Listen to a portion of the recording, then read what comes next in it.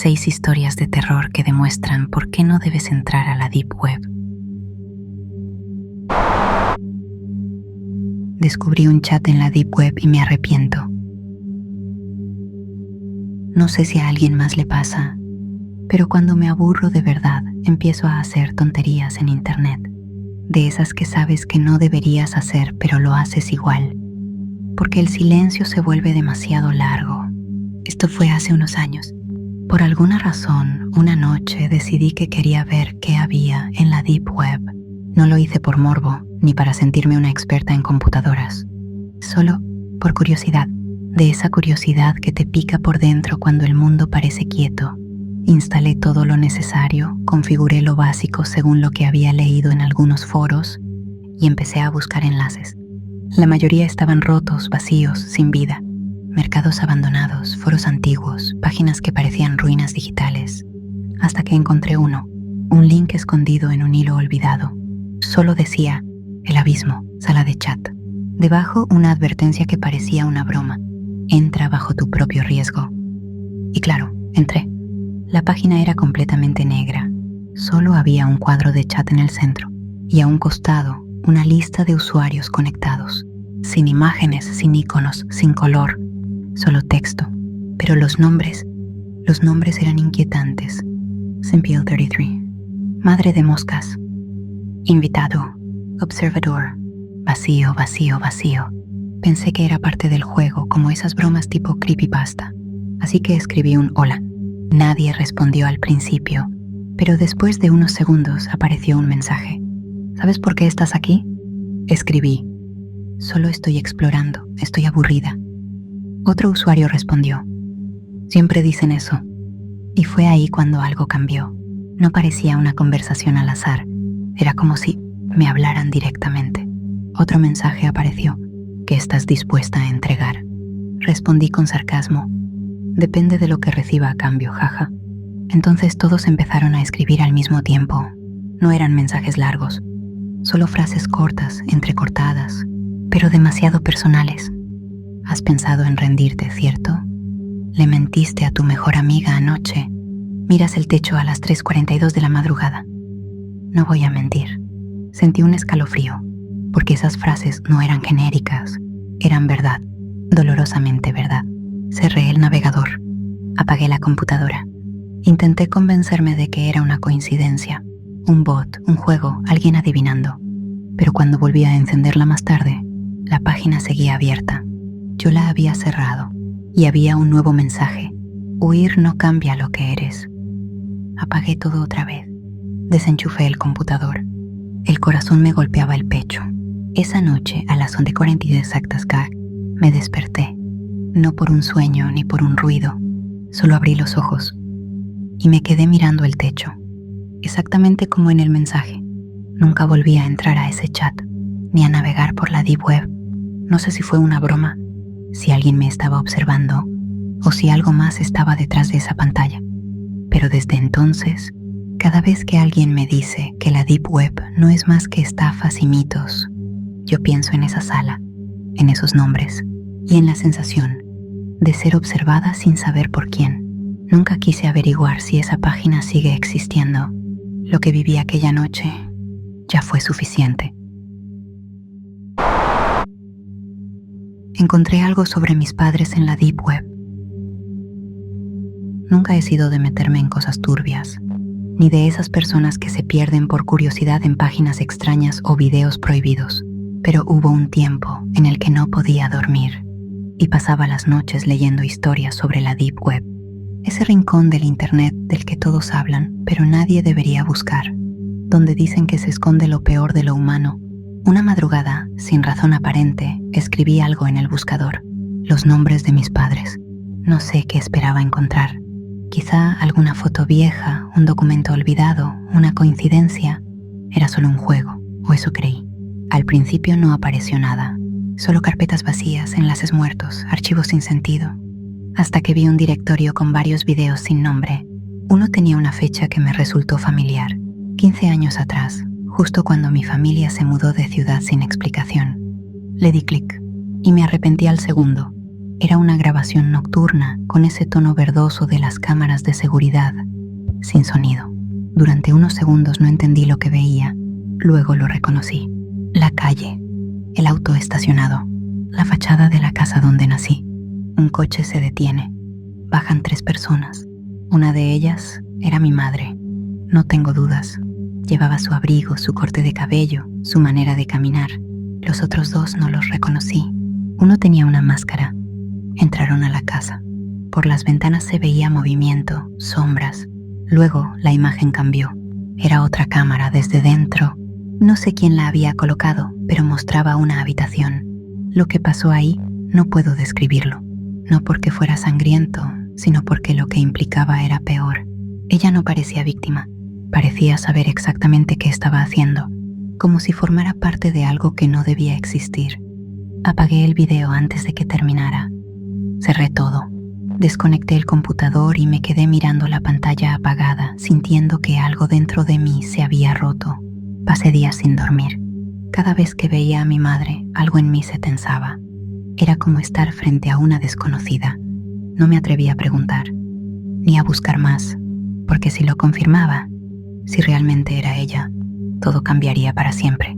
Con el tiempo, intenté olvidarlo, convencerme de que fue una coincidencia, una ilusión, un error, pero no puedo, porque en lo más profundo sé que era ella. Y cada vez que alguien menciona las cosas extrañas que se esconden en la Deep Web, yo solo guardo silencio, porque una cosa es ver algo horrible, y otra muy distinta es ver a alguien que amas siendo parte de ello. Encontré un juego oculto en la Deep Web. Dicen que la gente exagera cuando habla de la Deep Web. Rituales, videos malditos, personas extrañas. Y sí, la mayoría son historias inventadas. Pero lo que a mí me pasó, todavía no sé cómo explicarlo. No diría que me traumó, pero algo en mí cambió desde entonces. Todo empezó con un juego. Leí en un foro sobre un programa oculto, sin nombre oficial, difícil de encontrar. Algunos lo llamaban el juego de los ojos.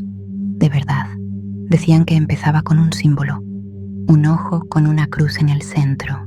Aseguraban que quienes lo jugaban terminaban viendo cosas que no deberían existir. La mitad decía que era una farsa. La otra mitad juraba que no. No sé en qué momento decidí buscarlo. Solo recuerdo esa sensación de estar cruzando una puerta que no debía. Entre enlaces rotos y páginas vacías, encontré una carpeta comprimida. Mírame una vez, zip. Me pareció ridículo, pero lo descargué igual. Lo analicé con todos los antivirus posibles. Nada extraño. Lo descomprimí.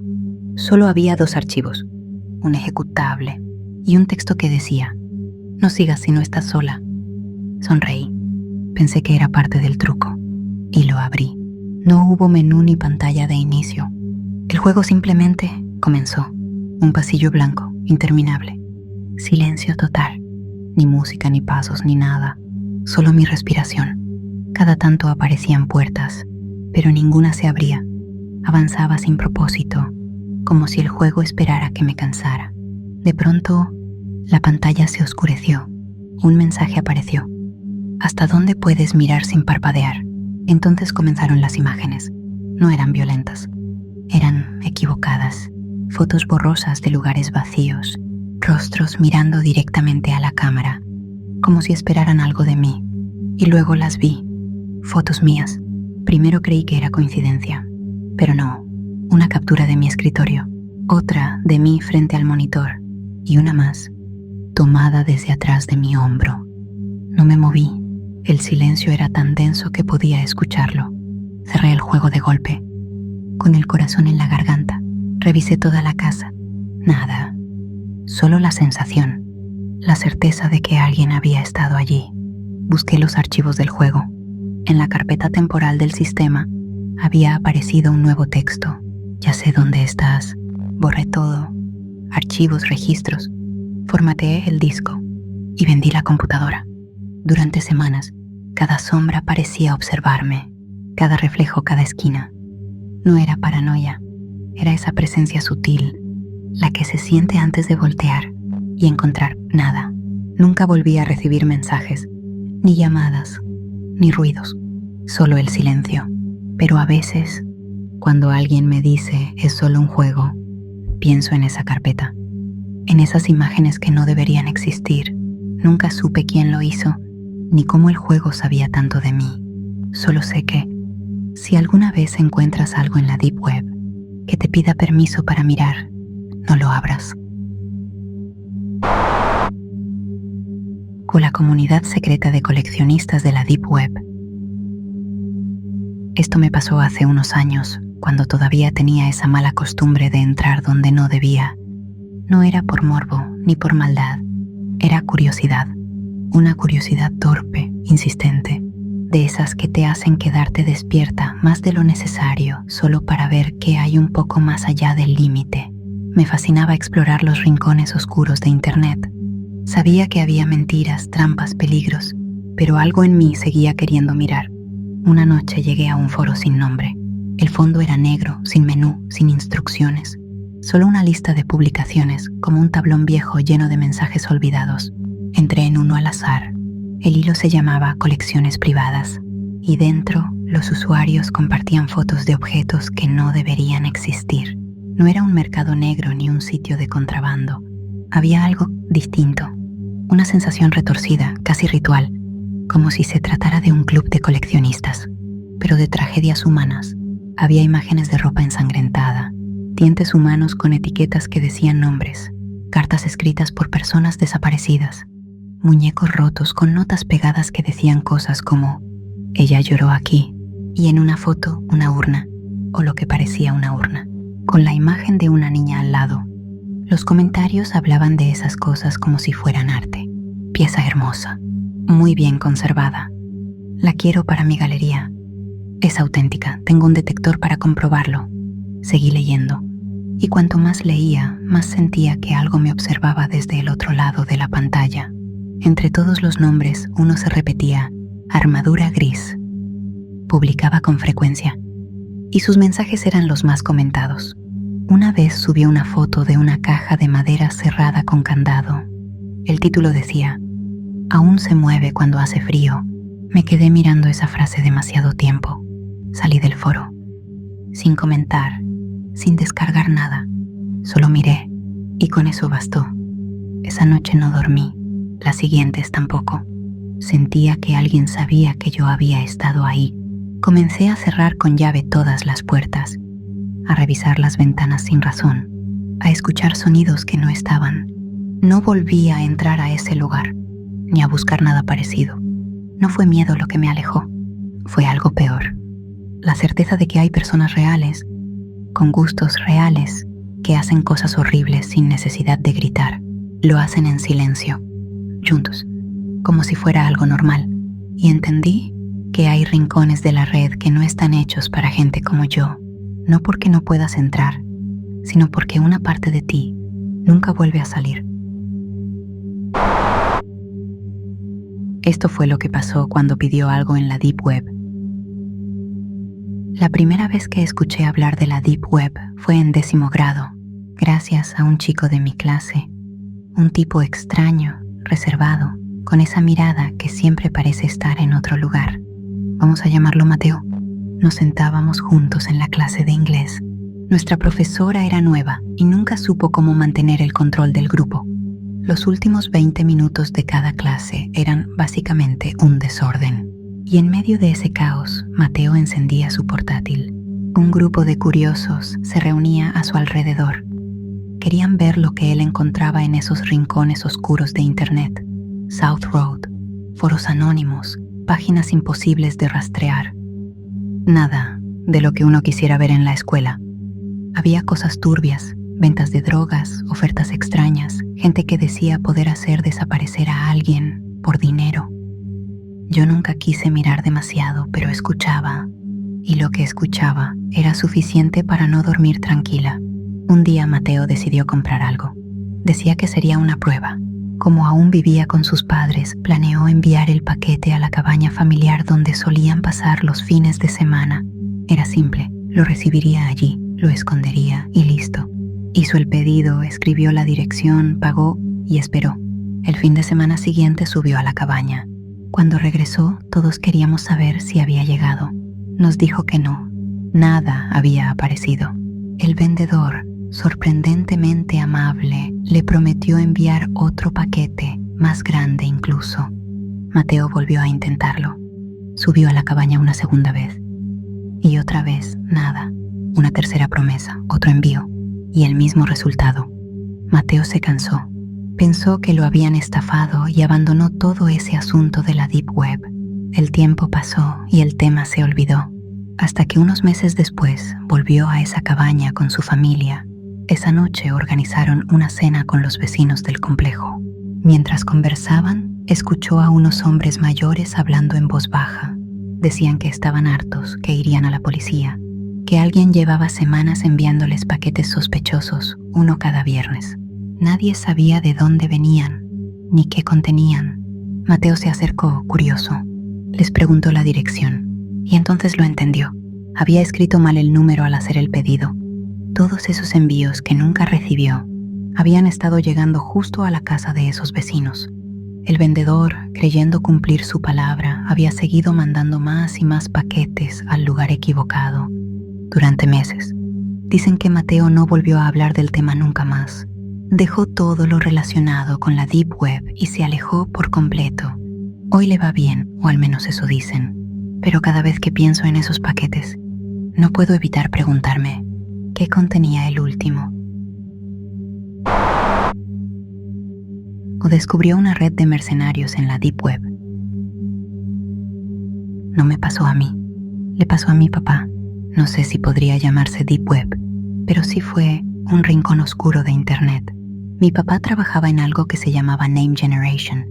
Lo contrataban reclutadores por proyecto para hacerse pasar por otras personas. Llamaba a empresas con estructuras jerárquicas confidenciales y de alguna forma conseguía que le revelaran información interna. Nombres, cargos, sueldos, jerarquías. Era un trabajo turbio pero bien pagado. Yo nunca supe exactamente qué decía en esas llamadas. Decía que era parte de su secreto profesional. Solo sé que su labor servía para robar empleados, obtener información, o quizás para algo peor.